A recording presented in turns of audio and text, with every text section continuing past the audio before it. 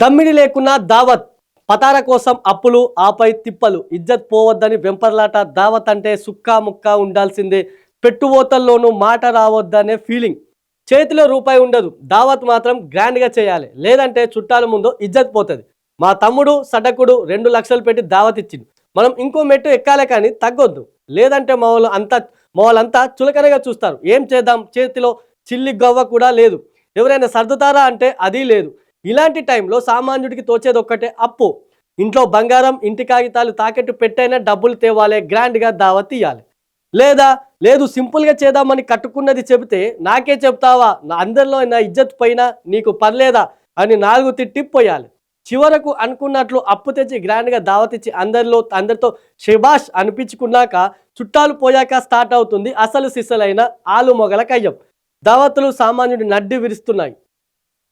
దిశ అయితే ఒక ప్రత్యేక వార్తనైతే ప్రచురించింది. ఏంటంటే ప్రస్తుతం ట్రెండ్ ఏ విధంగా కొనసాగుతుందంటే చుట్టాలు ఇచ్చారు వాళ్ళు ఇచ్చారని చెప్పేసి తమ ఇంట్లో జరిగే ఏదైనా ఫంక్షన్ పెట్టుకుంటే దాన్ని గ్రాండ్గా చేయాలంటూ కూడా చాలా మంది పేదలు అప్పులకు పోయి గొప్పలకు పోయి అప్పులు చేస్తూ ఆ తర్వాత గొడవలకు దారితీస్తున్న పరిస్థితి, ఆ అప్పులు కట్టలేక వాళ్ళు తీవ్రంగా కుటుంబాలు చిందాభిన్నమవుతున్న పరిస్థితి.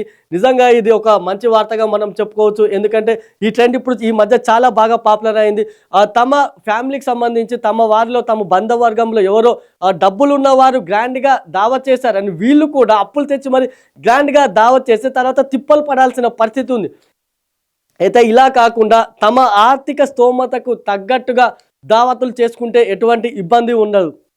ఇక 100 ఏళ్ల భూభారతి కనీసం శతాబ్ద కాలం ఉండేలా ప్లాన్ అంటూ రేవంత్ చెప్పుకొచ్చారు.